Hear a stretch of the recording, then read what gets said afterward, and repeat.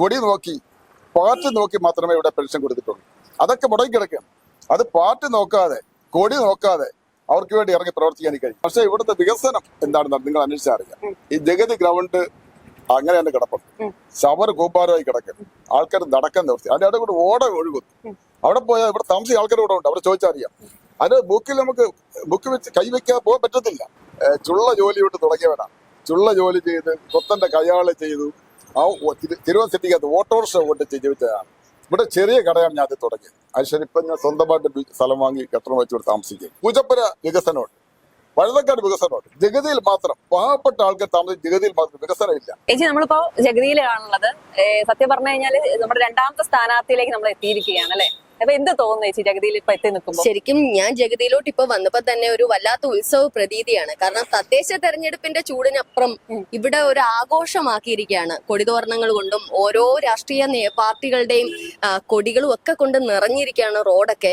അതിനപ്പുറം എല്ലാവരും ഇതൊരു ആഘോഷമായിട്ടാണ് അല്ലേ? തെരഞ്ഞെടുപ്പ് എത്തിയപ്പോഴേക്കും ഒരു ആഘോഷം, എനിക്ക് തോന്നുന്നു ഒരു ആഘോഷവും ഒപ്പം മത്സരവും ഒക്കെ ആയിട്ട് മുന്നിട്ട് നിൽക്കുകയാണ്. ഓരോ സ്ഥാനാർത്ഥികൾക്കും വേണ്ടിയിട്ട് ഓരോ പക്ഷത്തിലുള്ള ജനങ്ങൾ അവർക്ക് വേണ്ടിയിട്ട് സജ്ജരായി നിൽക്കുകയാണ്. ഏതായാലും ഇവിടെ ഒരു സ്വതന്ത്ര സ്ഥാനാർത്ഥിയുണ്ട്. ആ സ്ഥാനാർത്ഥിയിലേക്ക് നമുക്കൊന്ന് പോവാം. സാർ, ഒന്ന് പരിചയപ്പെടുത്താമോ?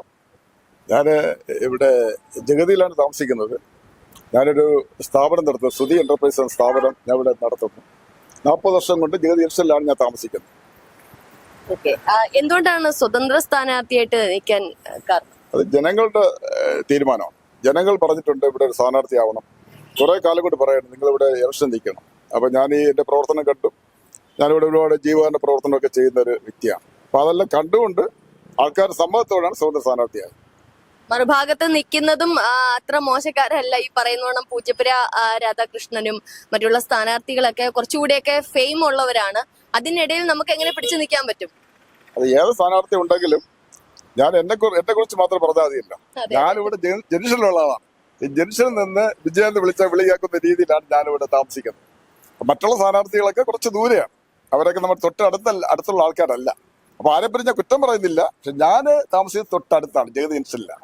ഒരു വിജയ സാധ്യത ഏറ്റവും കൂടുതലാണ്. കാരണം 40 വർഷത്തോളം ജഗതിയിലുള്ള ജനങ്ങളെയൊക്കെ നന്നായിട്ട് അറിയുന്ന, അവരുടെ ഓരോ പ്രശ്നങ്ങളും 40 വർഷങ്ങളായിട്ട് കാണുന്ന, ജഗതിയെ തീർച്ചയായിട്ടും കാണാപ്പാടം ഓരോ മുക്കും മൂലയും കാണാപ്പാടം പഠിച്ച ഒരാളാണ്. അപ്പൊ എന്തായാലും ഒരു വിജയ സാധ്യത ഏറ്റവും കൂടുതൽ കാണുകയാണ്. ഇവിടെ എത്ര വലിയ സ്ഥാനാർത്ഥികൾ വന്നാലും ഒരു വിജയ സാധ്യത കൂടുതൽ കാണുന്നുണ്ടല്ലേ? അതെ, എന്തായാലും വിജയ സാധ്യതയാണ്.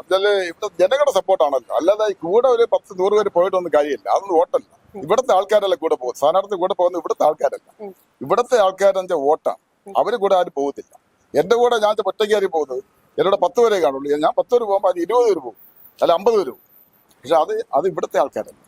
അതാണ് ഇവിടെ ഇപ്പോ BJP-യുടെ ഒരു കോട്ട എന്ന് പറയുന്നുണ്ടല്ലോ. അപ്പൊ എന്ത് തോന്നുന്നു? അങ്ങനെ ഒരു 3 തവണയും BJP പോയ സാഹചര്യത്തിൽ കിട്ടും എന്നുള്ള ഒരു, എങ്ങനെയാണ് ആ ഒരു സാധ്യത ഉറപ്പാക്കുന്നത്? ഇവിടെ 40 വർഷം കൊണ്ട് മാറി വരുന്നതൊക്കെ റിസൾട്ടുമാർ. BJP മാത്രമല്ല, അതിന് UDF ആയിരുന്നു, പിന്നെ LDF ആയിരുന്നു. ഇപ്പൊ BJP 3 പ്രാവശ്യം കൊണ്ട് BJP തന്നെയാണ്. പക്ഷെ ഇവിടുത്തെ വികസനം എന്താണെന്ന് നിങ്ങൾ അന്വേഷിച്ചറിയാം. ഈ ജഗതി ഗ്രൗണ്ട് അങ്ങനെ തന്നെ കിടപ്പുണ്ട്. ശവർ കൂപ്പാരമായി കിടക്കുന്നു.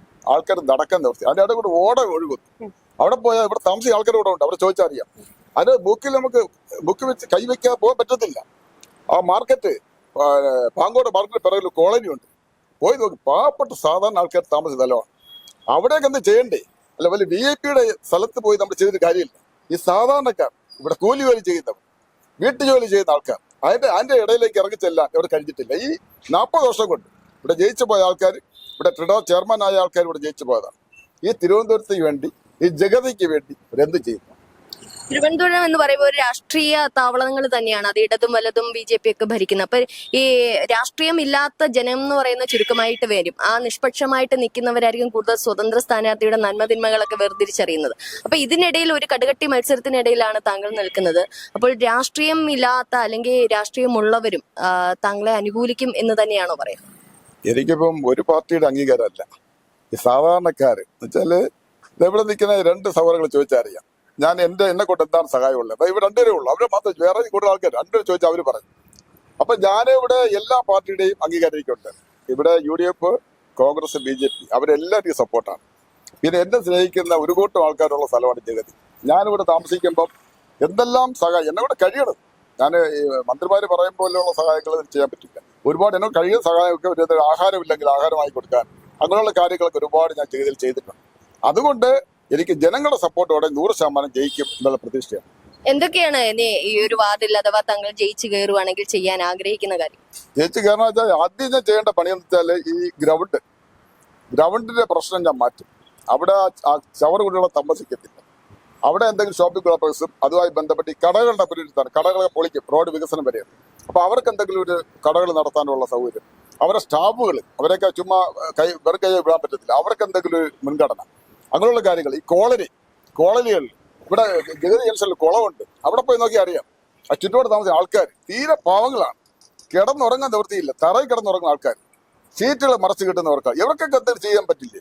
ഒരു പെൻഷൻ മുടങ്ങി കിടക്കണം. പലർക്കും പാർട്ടി നോക്കി മാത്രമേ ഇവിടെ പെൻഷൻ കൊടുത്തിട്ടുള്ളൂ. അതൊക്കെ മുടങ്ങി കിടക്കണം.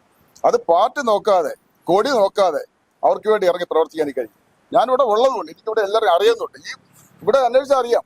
ഈ ചുറ്റുപാട് നോക്കി അറിയാം, എല്ലാം ചെറിയ വീടുകളാണ്. മനസ്സിലായി? കട്ടിൽ വരെ ഇല്ല.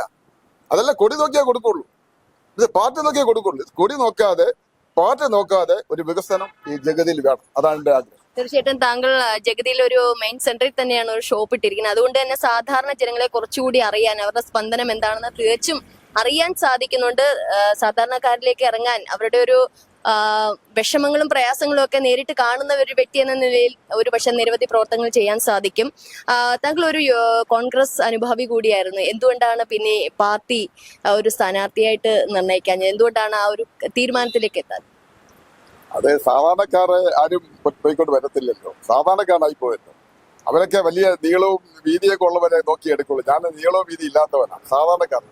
ഞാന് ചുള്ള ജോലി കൊണ്ട് തുടങ്ങിയവനാണ്. ചുള്ള ജോലി ചെയ്ത് കൊത്തന്റെ കയ്യാള് ചെയ്തു. ആ തിരുവനന്തപുരത്തേക്കകത്ത് ഓട്ടോറിക്ഷ കൊണ്ട് ജീവിച്ചതാണ്. ഇവിടെ ചെറിയ കടയാണ് ഞാൻ തുടങ്ങിയത്. അതിനുശേഷം ഇപ്പം ഞാൻ സ്വന്തമായിട്ട് സ്ഥലം വാങ്ങി കെട്ടിടം വെച്ചുകൊണ്ട് താമസിക്കുക. അതുകൊണ്ട് ഇവിടുത്തെ ജനങ്ങളെ എനിക്കറിയാം.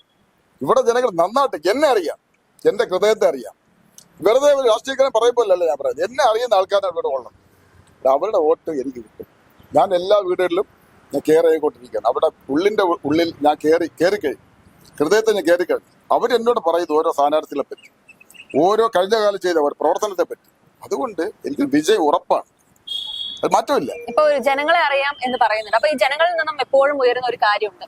അത് ഇപ്പോൾ ഒരു ഫ്ലക്സ് വരെ വന്ന് തുടങ്ങുന്ന ഒരു കാര്യം. അതായത് വോട്ട് ചോദിച്ച് ഇങ്ങോട്ട് വരണ്ട എന്നുള്ളൊരു ഫ്ലക്സുകൾ ഇപ്പോൾ ഉയരാൻ തുടങ്ങി. ഇപ്പൊ നമ്മുടെ സോഷ്യൽ മീഡിയ നോക്കി കഴിഞ്ഞ കാരണം അതിനുള്ള ഒരു കാരണം എന്ന് പറയുന്ന സമയത്ത് വോട്ട് ചോദിക്കുന്ന സമയത്ത് മാത്രം സ്ഥാനാർത്ഥികൾ വീട്ടിലേക്ക് വരുന്നു, കാര്യങ്ങൾ തിരക്കുന്നു, എല്ലാം പോകുന്നു. വോട്ട് കഴിഞ്ഞ് ജയിപ്പിച്ച് വിട്ട് കഴിഞ്ഞാൽ ആ സ്ഥാനാർത്ഥികളെ പിന്നീട് കാണാനില്ല. ഈ ഒരു പ്രശ്നമാണ്, അല്ലെങ്കിൽ ജനങ്ങൾ അനുഭവിക്കുന്ന പ്രശ്നങ്ങളാണ് ഇന്നൊരു ഫ്ലെക്സ് ബോർഡുകൾ പല വീടുകളിലും ഉയരാനുള്ള ഒരു കാരണം. അങ്ങനെ നോക്കുമ്പോൾ ഒരു സ്വതന്ത്ര സ്ഥാനാർത്ഥിയാണ്, ജനങ്ങൾ അറിയുന്നവരാണ്, അതിനോട് എങ്ങനെ പ്രതികരിക്കുന്നു? അത് ഞാൻ പറഞ്ഞില്ലേ, ഇവിടെ 40 വർഷം കൊണ്ട് അങ്ങനെയാണ് സംഭവിച്ചത്. 40 വർഷം കൊണ്ട് ജയിച്ചു പോകുന്ന പല പാർട്ടികളും ജയിച്ചു പോകുന്നു. അവരുടെ പ്രവർത്തനം കൊണ്ട് എനിക്കറിയാം ഇവിടെ എന്താണ് ചെയ്തത്. അവർ ജയിച്ച് പല ഭോഗങ്ങളും പറഞ്ഞിട്ടുണ്ട്. അവർ എന്തെല്ലാം ഭോഗങ്ങൾ ഇവിടെ പറഞ്ഞിട്ടുണ്ട്. ഇപ്പൊ ജയിച്ചു വന്നതിന് ശേഷം അവരൊന്നും ചെയ്തിട്ടില്ല, തിരിഞ്ഞു നോക്കിയില്ല. ഞാൻ സ്വതന്ത്രനാണ്, എനിക്ക് സ്വതന്ത്രനായിട്ട് അങ്ങ് ചെയ്യാൻ പറ്റും. ഞാൻ എനിക്ക് ആരും ഒരു പാർട്ടിക്കാരുടെ അംഗീകാരം ചോദിക്കണ്ട, വേറൊരു നേതാവിന്റെ അംഗീകാരം ചോദിക്കണ്ട. എനിക്ക് സ്വന്തമായിട്ട് ചെയ്യാൻ പറ്റും. ഇപ്പൊ നമുക്ക് ഇവിടെ എന്തെല്ലാം ഫണ്ട് ഇവിടെ ചെയ്ത് കൊണ്ടുവരാൻ പറ്റും.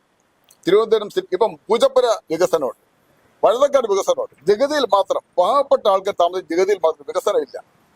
അതിനെപ്പറ്റിയാണ് എനിക്ക് അറിയേണ്ടത്. എന്താണ് ഇവിടെ വികസനമില്ലാത്തത്, എന്താണ് കാരണം, അത് ഇവിടെ കണ്ടുപിടിക്കണം. അതാണ് ഇവിടെ കണ്ടുപിടിക്കേണ്ടത്. അത് ഞാൻ കണ്ടുപിടിച്ചു കഴിഞ്ഞു. ഇവിടെ എന്താണ് ജഗതിയിൽ ആവശ്യം. സാധാരണ കിടപ്പ് രോഗികളുണ്ടോ പോയി നോക്കിയാൽ കൂടുതൽ ആഹാരമില്ലാത്ത കിടപ്പ് രോഗികൾ ഇവിടെ ജഗതിയിലുണ്ട്. അവരെയൊക്കെ ഒന്ന് അടുത്ത് പോട്ടെ. ഈ ജയിച്ചു വന്നാൽ അവർ തിരിഞ്ഞു നോക്കത്തില്ല. ഞാൻ കണ്ടോണ്ടിരിക്കുകയാണ്. ഞാൻ ദിവസം കണ്ടോണ്ടിരിക്കുന്ന കാര്യമാണ്. ദിവസം ഒരാളേറ്റ് പല ആൾക്കാർ വന്ന് പറഞ്ഞു ആഹാരം കഴിച്ചിട്ട് കുറച്ച് ദിവസമായി എന്തെങ്കിലും ആഹാര സാധനം വേണം. അതൊക്കെ ഇവിടെ ചെയ്തു കൊടുക്കാൻ ജഗതിയിൽ ആരാണുള്ളത്? എന്റെ അടുത്ത് ജഗതിയിലുള്ള ആൾക്ക് പലരും ഒരു ദിവസം എത്ര ആൾക്കാർ വരുമെന്ന് അറിയാം. പല കാര്യങ്ങൾ പറഞ്ഞു. ഒരു ആശുപത്രിയിൽ പോകാൻ പൈസ ഇല്ല, ആഹാരം കഴിക്കാൻ പൈസ ഇല്ല എന്നൊക്കെ പറഞ്ഞ പല ആൾക്കാർ. അത് എന്റെ കൂടെ കഴിയുന്ന പരമാവധി ഞാൻ സഹായങ്ങൾ ചെയ്തുകൊണ്ടിരിക്കുക. അതുകൊണ്ട് അത് വോട്ടായിട്ട് മാറും, ഉറപ്പാണ്. തീർച്ചയായിട്ടും അങ്ങനെ വോട്ടായിട്ട് തന്നെ മാറട്ടെ. എല്ലാവിധ ആശംസകൾ മലയാളി വാർത്തയുടെ.